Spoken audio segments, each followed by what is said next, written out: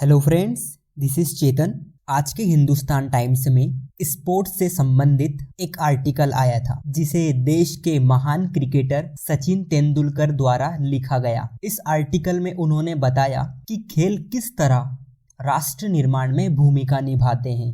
खेलों में सिर्फ सफलता मायने नहीं रखती, समान रूप से यहाँ भी महत्वपूर्ण है कि कोई अपने लॉस एंड फेलियर से किस तरह डील करते हैं और जब वापस आते हैं तो अगले दिन उसी उत्साह और ऊर्जा के साथ फिर से खेलना होता है। खेल हमेशा हमारे देश का अभिन्न अंग रहा है। हम cricket, hockey, chess, kabaddi, badminton, wrestling और बहुत से खेलों में चैंपियन रहे हैं। कई बार ऐसा हुआ है कि हम हारे हैं, केवल फिर से उठने और एक और दिन जीत के उत्साह से खेलने के लिए। प्रतिकूल परिस्थितियों में हार ना मानने की यह भावना हमारे अंदर एक जुझारूपन पैदा करती है जो असफलताओं से अदम्य है। आज की अति प्रतिस्पर्धी दुनिया में जहां हमें सफलता से आंका जाता है, ऐसे में हमें विफलता के महत्व और उससे सीखे जा सकने वाले सबक को नहीं भूलना चाहिए। इसमें खेल बार बार विफलता का सामना करने में दृढ़ता और दृढ़ संकल्प का सबसे बड़ा शिक्षक है। सफल होने के लिए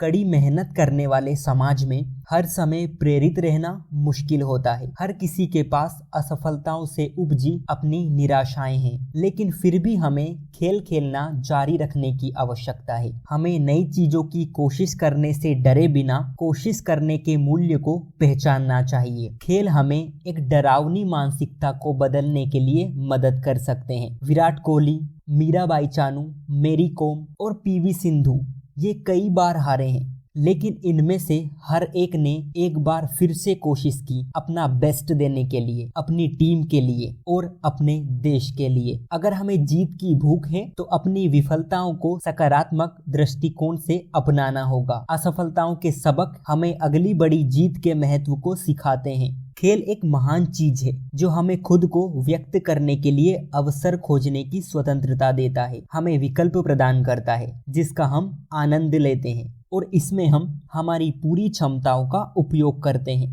निष्कर्ष के तौर पर कहें, इन्होंने ये बताया कि हो सकता है कि हमारे सामने बहुत सी प्रॉब्लम्स हो, हम असफल भी हों, लेकिन इसके बावजूद भी हमें कोशिश करनी नहीं छोड़नी है। हमें सदैव आगे बढ़ते रहना है ताकि हम अपनी बुरी परिस्थितियों से बाहर निकल पाएं, अपने राष्ट्र को सर्वश्रेष्ठ देने के लिए आगे बढ़ पाएं।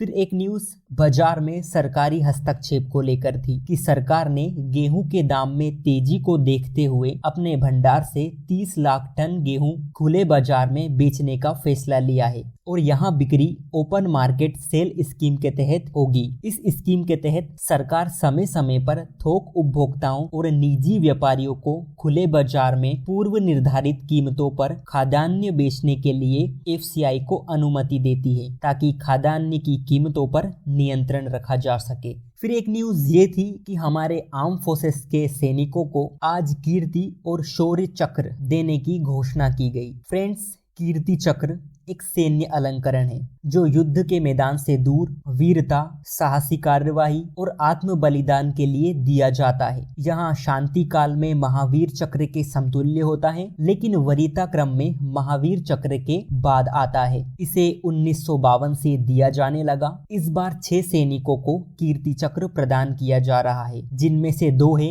मेजर शुभांग और नायक जितेंद्र सिंह तथा अन्य 4 जो हैं शहीद हो चुके हैं, जिनके नाम है रोहित कुमार, दीपक भारद्वाज, सोडी नारायण और श्रवण कश्यप। इन्होंने अपनी असाधारण क्षमता और प्रतिभा का प्रदर्शन करते हुए देश को नुकसान पहुंचाने वाले आतंकवादियों को मार गिराया था। तो आज के लिए इतना ही।